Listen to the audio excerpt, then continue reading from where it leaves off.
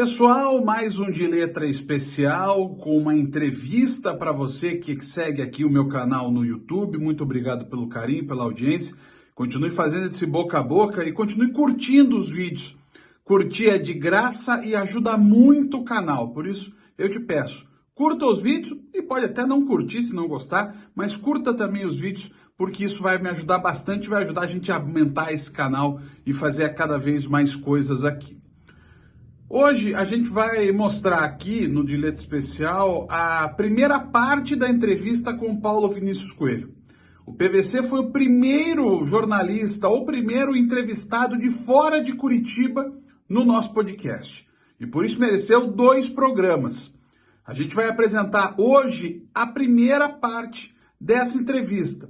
É uma entrevista muito legal, muito divertida. O PVC, nessa conversa, é um cara muito gente boa. E ele foi muito carinhoso, porque ele de primeira aceitou o nosso convite para participar do De Letra. Semana que vem tem uma outra parte falando muito sobre o futebol paranaense. Mas saiba um pouco da história de Paulo Vinícius Coelho, agora no De Letra Especial. Um abraço.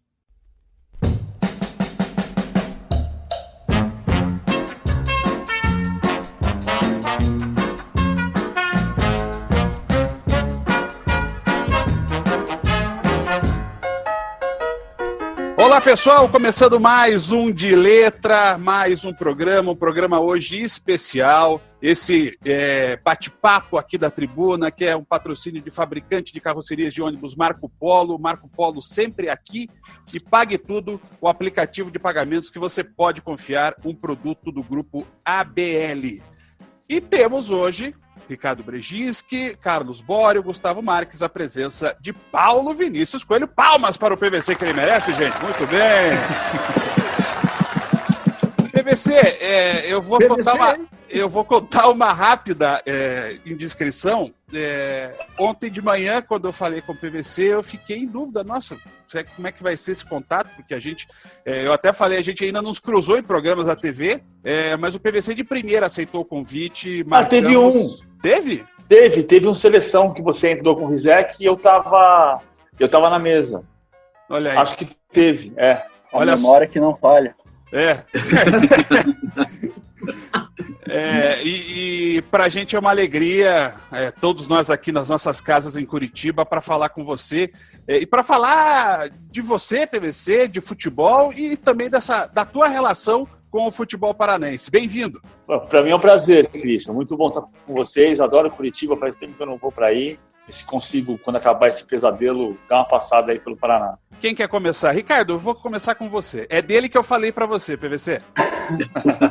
Tenho até medo de saber o que você falou. Putz, não sei nem por onde começar, mas PVC, é um prazer poder estar falando com você. Acho que não me imaginava ter essa oportunidade de participar de um podcast com você, pelo menos não tão cedo. Eu queria que você contasse um pouco mais desse teu lado do jornalista. Como é que você consegue lembrar tantas datas marcantes, tantas escalações, números, estatísticas, que para você parece que é uma coisa muito fácil? Você tem isso de cabeça, parece que não tem que olhar um papel ou alguma coisa. Se perguntar para você qualquer coisa, é de imediato que vem essa resposta. Não é bem assim, mas assim, eu vou começar ao contrário, tá?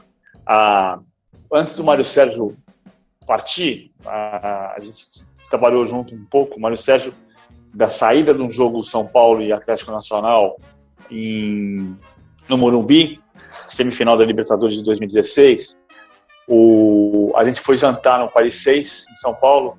Tava o Gustavo Villani, tava eu, tava o Simon, estavam várias testemunhas. Aí o Mário virou para mim no meio do jantar e falou assim: os caras falando de você, da sua memória, mas não é só memória, não. Você conhece futebol. Tem um orgulho desgraçado dessa história. Porque o Mário era um cara que ensinava. Assim, eu vi muito futebol vendo o Mário comentar. E quando o Mário dizia assim: o time está gostando do jogo, o jogo mudava. Então eu gosto de ter a noção de que como disse o Mário Sérgio, para mim, não é só a memória. Mas eu acho que a memória, eu tinha boa memória. Quando eu era moleque, eu tinha boa memória. Mas eu acredito muito em arquivo, eu arquivo muita coisa. E eu olho o meu arquivo.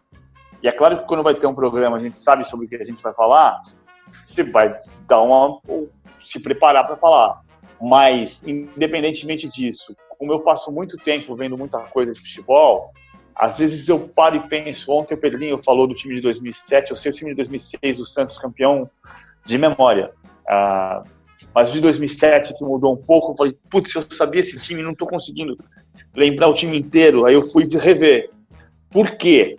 Por que rever um time que parece sem importância? Porque a chance de a gente ter que improvisar no programa e não errar aumenta muito.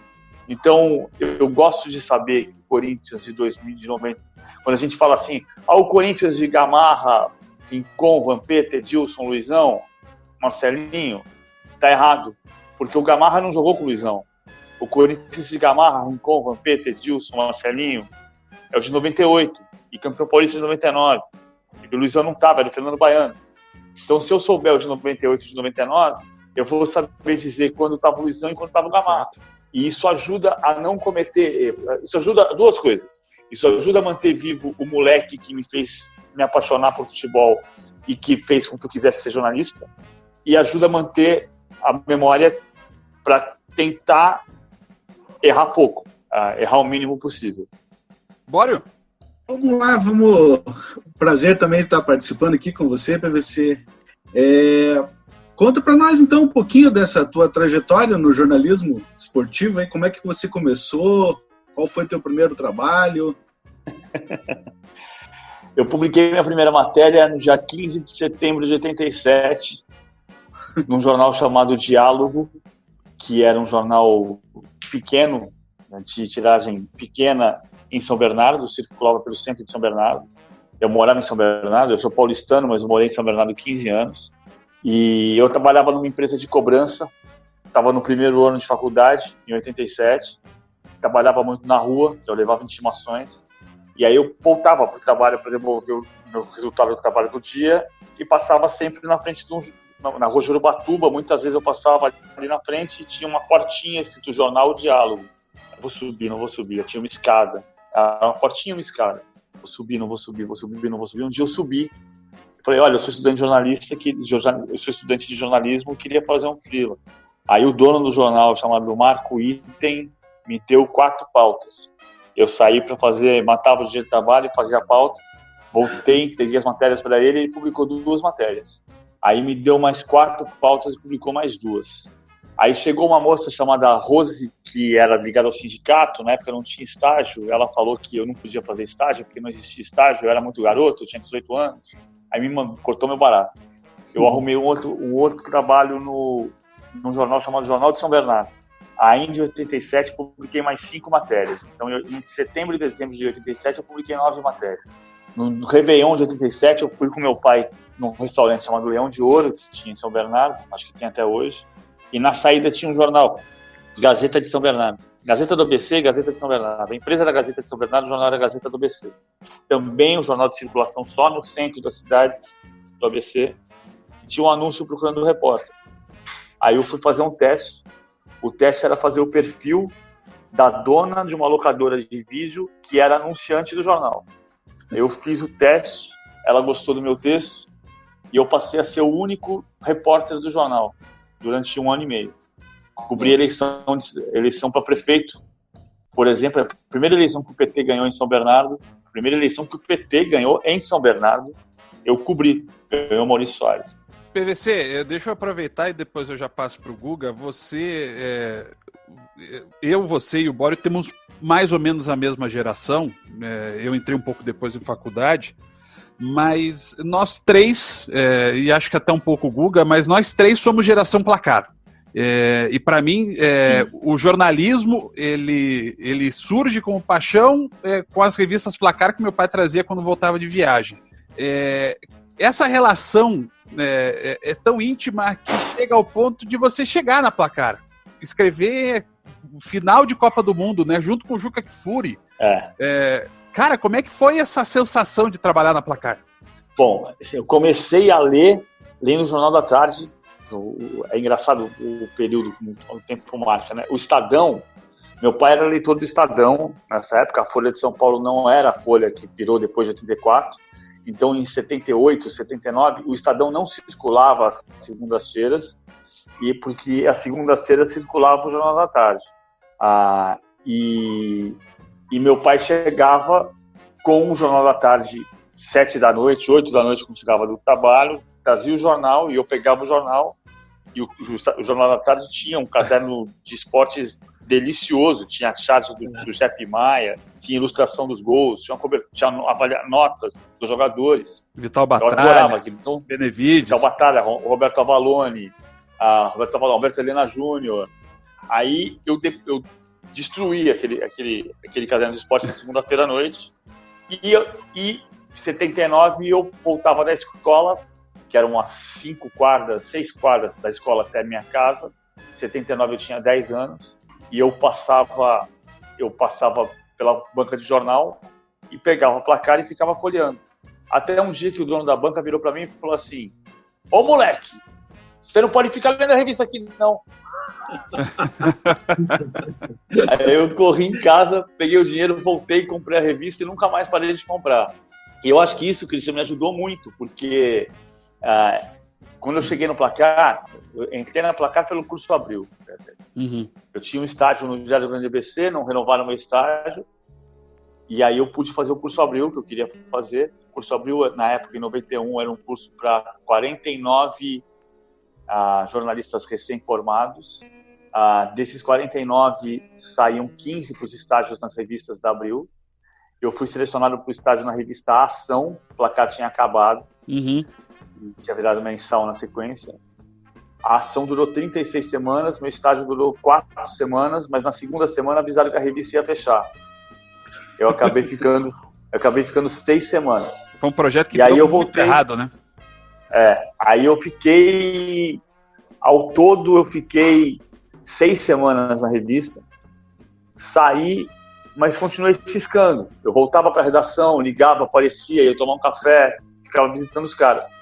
Aí, no dia 30 de abril de 91, um jornalista chamado Ronaldo Ribeiro, que ia ficar no lugar, é uma história comprida, ele ia descer de 4 rodas para placar, e ele recusou o convite, ficou na 4 rodas, e eu liguei para o Celso Zelt, estava procurando emprego na Avenida 9 de Julho, no programa do Gil Gomes. Eu saí do Gil Gomes doido para não arrumar aquele emprego. Peguei um telefone público e liguei 534-5217, que foi o telefone da minha mesa durante 7 anos. E atendeu o Celso Zelt, que dividiu a mesa comigo depois. E o Celso falou: que bom que você ligou, corre para cá. Eu não tinha telefone em casa. Corre para cá. O Ronaldo não aceitou o convite, o Álvaro vai te contratar. Eu corri para lá, o Álvaro me contratou. O Álvaro Almeida me contratou. E dia 1º de maio de 91 eu passei a ser repórter de placar. Então, assim, eu li placar dos 10 aos 21 e trabalhei em placar dos 21 aos 28. Depois eu voltei mais uma vez, mais um ano. Guga, diga. Não, é muito legal mesmo esse depoimento do PVC. Um abraço, PVC. É muito legal falar contigo. E o Christian estava comentando dessa geração. Eu também acho que entro muito nela, porque eu era assinante da Placar. E uma das coisas que eu mais cobro da minha mãe é onde foi parar minhas placares antigas. E, pô, coisas da mudança, né? Então, você pequeno, adolescente, as mudanças de bairro. E aí os pais, possivelmente, naquela situação de fazer a limpeza e levar para a futura casa nova, placar foi embora, e isso daí me deixa muito chateado. Mas em si, PVC, tem muita gente que chega para você na rua e questiona, seja no mercado, na padaria, no açougue. Ô, PVC, qual a escalação do Corinthians de 73? Ou quando você viaja, vem aqui para Curitiba. Ô, PVC, quero ver se você é bom mesmo. Você conhece o time do Colorado de 83? Tem um pouco, mas assim, o Colorado de 86 eu não vou saber. Se fosse o Curitiba de 85, eu sei. Você estava falando isso, eu estava pensando. Muitas vezes os caras falam assim: queria que você... Fala aí, o time do Flamengo de 59. O time do Flamengo de 59 não ganhou nada, não tem a menor importância. Se quiser o Fluminense, eu te digo. Castilho, Zé Marinho, Pinheiro, Clóvis, Altair, Edmilson e Paulinho, Maurinho, Teleto, Paulo e Escurinho. Isso eu digo. Estava aqui pensando se eu sei o time campeão do Povo, de 72, que é um time importante. O time campeão de 85 eu sei. Mas o campeão do Povo eu também sei, mas eu sofro mais. Jairo, Hermes, Pescuma, Cláudio, Nilo... Pito Ideia, Paquito Tchambatiá, Dirceu, Leocádio, Paquito Tchambatiá e Dirceu. Técnico Tim. Consegui, mas é mais fácil para mim dizer Rafael, André Gomes, Heraldo Dida, Almir Macorélio e Almir Marildo e Tobi, Lela Indy Edson, por exemplo. Ou dizer Flávio Nem, Gustavo e Rogério Correia, Alessandro Cocito, Alessandro Cleberson, Cocito e Fabiano, Adriano Gabiru, Kleber Pereira e Alex Mineiro. Mas, assim, isso não é importante. Isso você pega no Google. É o que eu disse para você. Isso serve para alimentar, manter vivo o menino que me fez virar jornalista, que tinha boa memória e que gostava dessas coisas. E, ao mesmo tempo, serve para relacionar fatos com rapidez. Se você... O que a gente faz, no fundo? A gente conta a história. Se a gente conseguir contar uma história que você recheia essa história com informação, a história vai ficar mais saborosa. O Eduardo Luiz já está com a gente. Dudu, chegou bem na tua vez. Salve, Cristian. Um abraço para você, para os nossos amigos de longa data do blog de letra. Abraçando o PVC também. A minha pergunta, PVC, boa noite, é na esteira que o Gustavo fez. Você alguma vez já foi pesquisar, ver se, por exemplo, o Milton Neves, que é outro que fica escalando o time de 1930, se está falando a verdade, mesmo é Miguel, a escalação do Tutitonho, o Zé Oreia, o Rancatoco e não sei quem lá de 1930? Não, uma parte das vezes ele acerta. Assim, acho que o Milton tem... Repito, isso não é importante. O importante é você dar a informação certa. O nosso papel é dar a informação certa. E é fazer análise com base na informação que você apurou, de preferência. Esse é o ponto. Agora, o Milton conhece muito, tem muita memória de futebol, muita memória.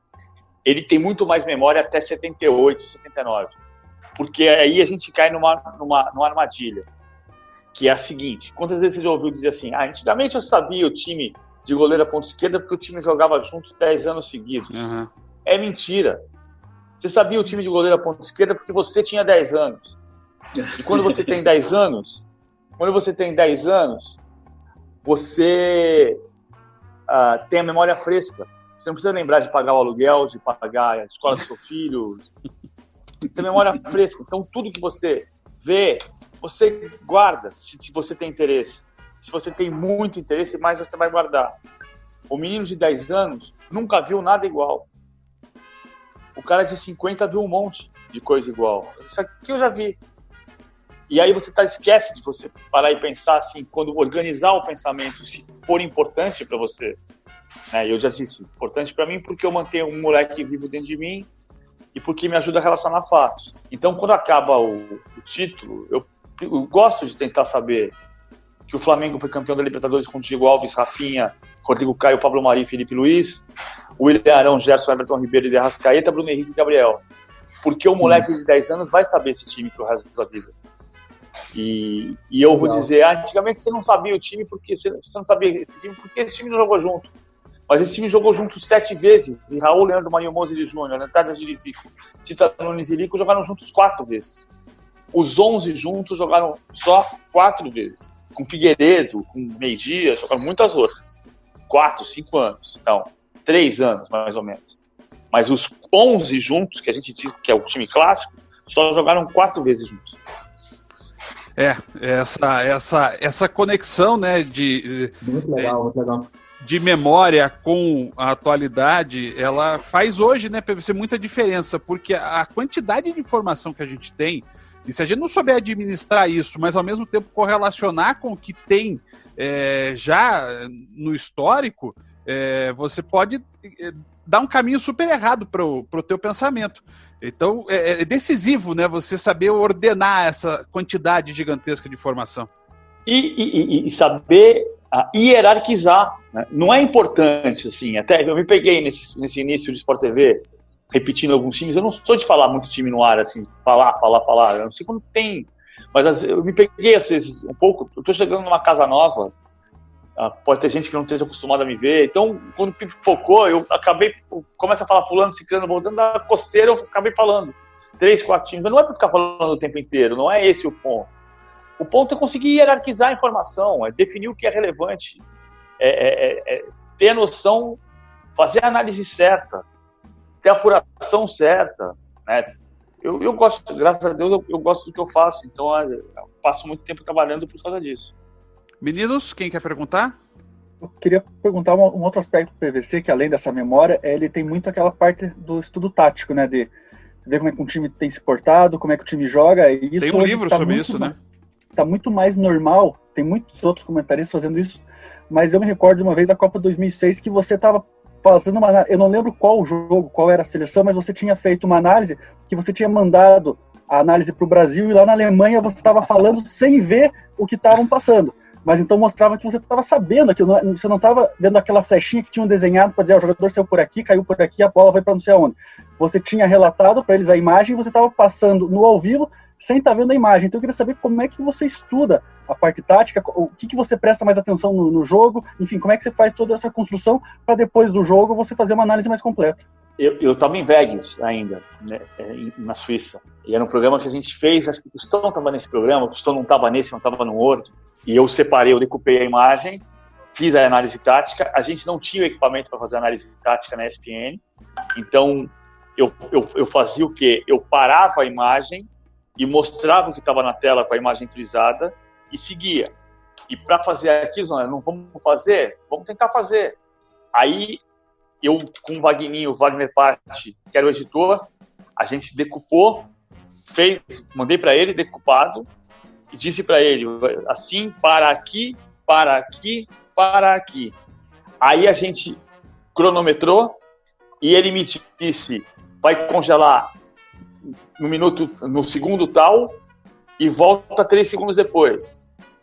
E a gente fez pelo cronômetro. Então aí rodou, ele falou, rodou, ele me deu vai. E eu comecei a falar e eu tinha a cronometragem, olhando no relógio, parei, segui, parei de novo, seguiu de novo e deu super certo. Sim, eu lembro muito disso porque foi muito impactante. Eu estava na faculdade, a gente olhando e falando, não é possível. Porque a gente sabia que você não estava vendo e o negócio estava perfeitinho. Então parecia que realmente estava tudo muito sincronizado. Por isso que acho que ficou na minha lembrança. Eu só não lembrava exatamente de qual eu lembro que foi da Copa. Eu lembro também porque deu muito certo. Porque às vezes, sabe qual é a grande facilidade? Você diz assim, isso não dá para fazer.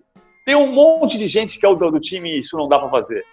Não, é difícil, não é beleza, mas vamos tentar fazer. Vamos tentar. Quando dá certo é muito bom. Rádio, em rodada dupla, transmissão de rádio dublando outra transmissão, meu amigo, tudo é possível. Dublagem de rádio. Agora, você perguntou assim, sabe o que eu acho que é o ponto central? Eu lembro muito quando, em 88, eu teve um jogo que eu fui ver São Paulo e Santos e, com uns amigos meus e eles saíram dizendo o Bernardo não jogou nada e eu não tinha visto. E aí, uns 3 dias depois, eu fui no oftalmologista e descobri que eu era míope. Tinha isso. mas nessa época, eu comecei a prestar mais atenção. Eu queria entender o jogo. Eu queria ser um jornalista que conseguisse decifrar coisas. E isso me ajudou muito. Mas o ponto central é não esquecer que a gente é jornalista para ouvir. A gente não é jornalista para falar. Se a gente não ouvir, a gente não tem história para contar. Então eu gosto de telefonar para o técnico e saber o que ele pensou, o que ele tentou fazer. Não é para você ficar refém da opinião dele. Não, você entendeu o que ele quis fazer, concordar ou discordar dele. Mas sabe, ele definiu. Porque a gente não pode ficar achando que nós somos os espertalhões e todo mundo que está trabalhando no futebol é um bando de débil mental. Não. Uhum. Então a questão é ouvir para entender e poder debater. E graças a Deus, a maior parte dessas pessoas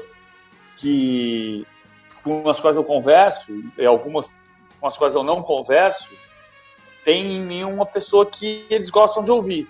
Isso é bom. PVC.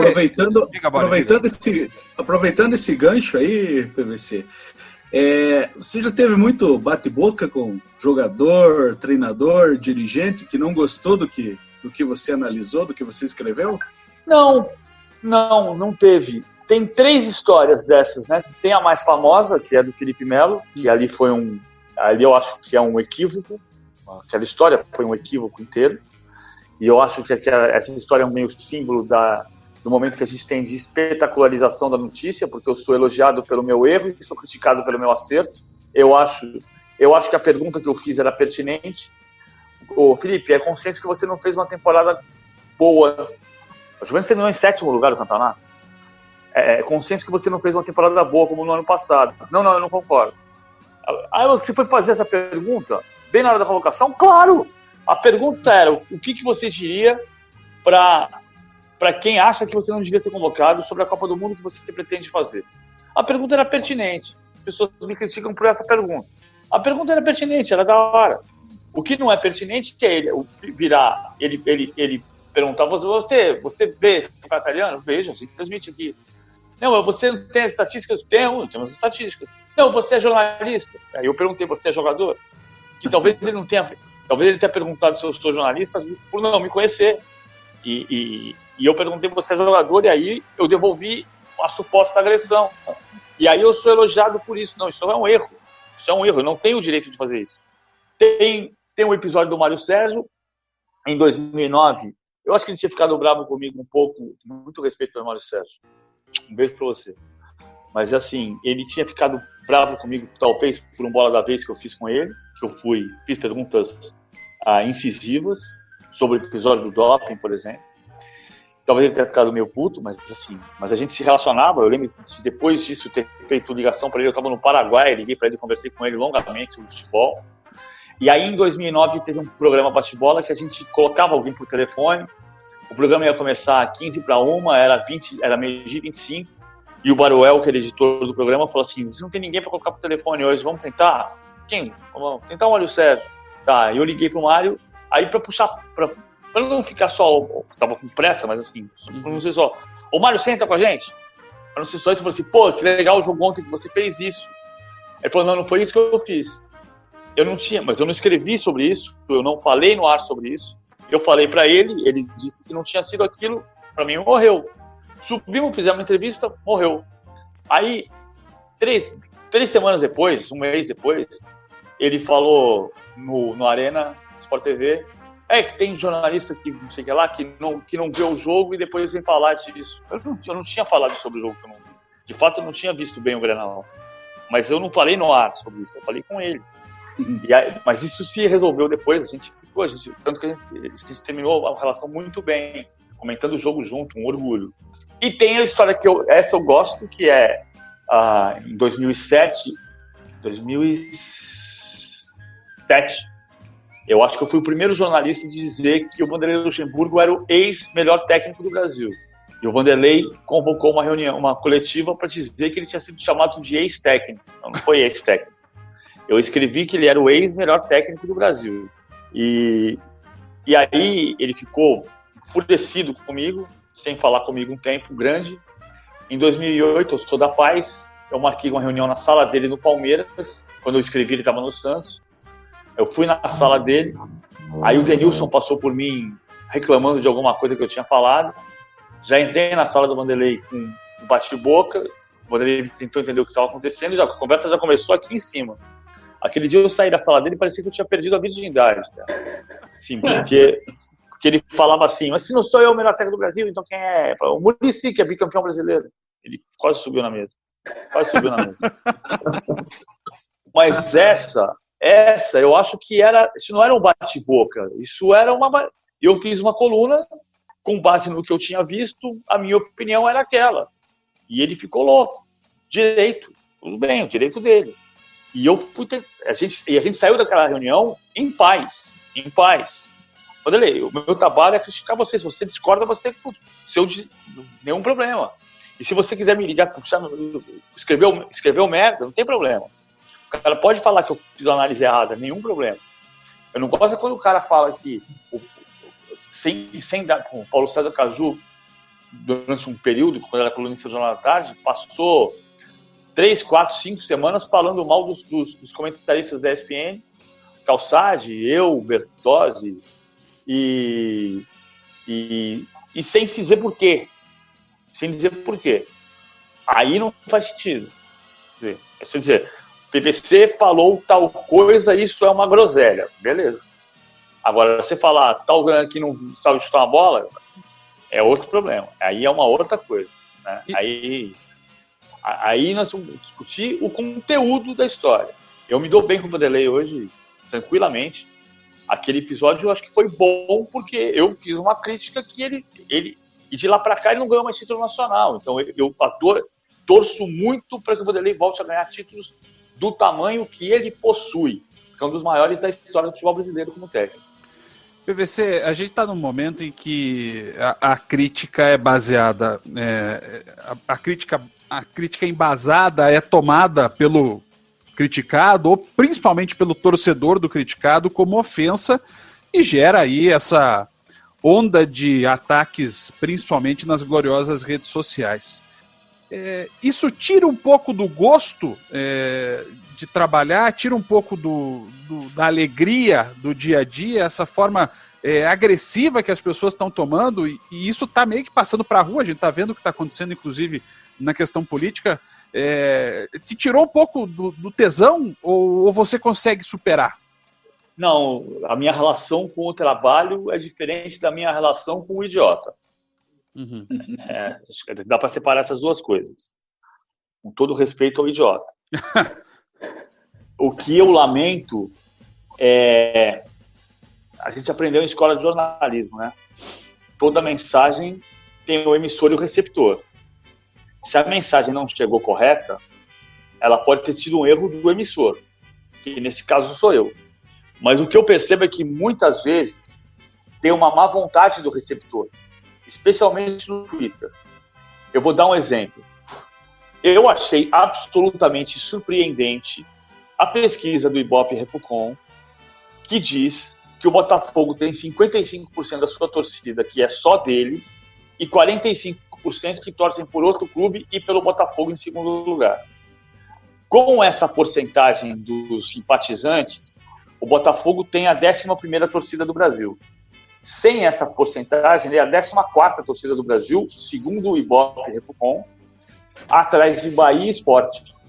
Aí, a gente descobre que o José Colagrossi, que fez a pesquisa no Ibope, coordenou a pesquisa no Ibope, me diz que mais surpreendente do que isso é que a maior parte desses 45% que torcem para o Botafogo e outra equipe, 40% desses 45%, ou seja, 18% do total, torcem em primeiro lugar para o Flamengo e gostam do Botafogo. Não está jogando para o Flamengo? Tomara que ganhe o Botafogo. E aí tem um monte de rubro-negro que vem me xingar porque eu escrevi uma bobagem porque tem rubro-negro torcendo no Botafogo. Eu não escrevi que tem rubro-negro torcendo no Botafogo. Eu escrevi que a pesquisa do Ibope diz isso. Entendeu? Então, o que é mais triste é você perceber, algumas vezes, embora muitas possa ter o erro do emissor, que sou eu, a gente tem um déficit de atenção grave, né? As pessoas não sabem interpretar o texto. Déficit deliberado, né? Muitas vezes deliberado. Ricardo, alguma coisa sobre a questão do Botafogo aí pra gente? Não, nada a declarar. Concordo com o que você falou. 55 ou 45, Ricardo? Eu sou 55. Ah, tá. Tudo bem. Vamos. Dudu? Eu fiz um texto super... Desculpa, Dudu. Eu fiz um texto super cuidadoso, criterioso. Eu disse que o Botafogo não virou América. O Botafogo tem que tomar cuidado para voltar a ganhar títulos rápidos para transformar essa situação. Agora, a situação chama atenção e serve de alerta. Aí, não tem botafoguense me xingando só. Tem rubro-negro. Porque o rubro-negro acha inadmissível que tenha outro rubro-negro que pode morar no Amazonas e que gosta do Flamengo, e se o Flamengo não tá jogando com o Botafogo, eu torço pro Botafogo. E a culpa é O tua. cara pode não morar no Rio de Janeiro. Ele pode morar numa cidade completamente distante. A pesquisa está mostrando a realidade do Brasil. Isso aí o cara se encantou com o Garrincha na época, né? Porra, é simples assim. O time do pai dele. Exatamente. É o time do pai dele. Eu torço pro meu time. Se meu time não tá jogando, eu torço pro time do meu pai. Eu acho que, complementando isso que o PVC falou da questão de interpretação de texto, é que as pessoas elas preferem hoje em dia achar uma coisa para criticar quem escreveu do que querer entender o que a pessoa escreveu quis dizer na verdade. E aí vira isso aí. Coisa... Desculpa, Ricardo, eu tô falando demais, mas assim, tem uma coisa que você tá aqui para isso. Provocação pura, mas assim, tinha um professor da faculdade minha, Júlio Veríssimo, que dizia: quem sabe faz, quem não sabe ensina.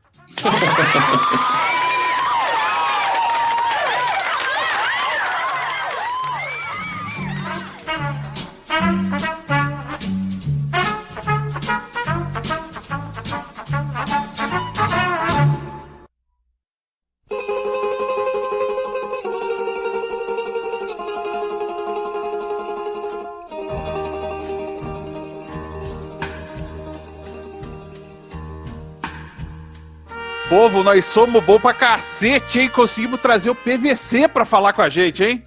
Muito bom. Não é pouca bosta não, rapaz. É. E olha, e a gente tem tanta moral que nós vamos ter a parte 2 semana que vem do programa. Sério? PVC em dobro pra você, ouvinte do podcast de letra. E mais. Falou do Botafogo ainda, pô. E ele vai falar no próximo programa do futebol paranaense em específico. Então fica ligado. Vai entrar antes no ar para quem segue a gente nos aplicativos, mas fica aí de olho. Próxima quarta-feira, então, deixa eu ver no calendário aqui, porque senão eu vou me perder. No dia... não é PVC, né? Porque eu não sou PVC, exatamente. No dia 3 de junho, PVC parte 2, PVC e o futebol paranaense. Diga, Dudu. Você tá me imitando? Paranista, não perca, torcedor paranista. Valeu, gente. Até semana que vem. Até. Falou! Valeu. Um abraço.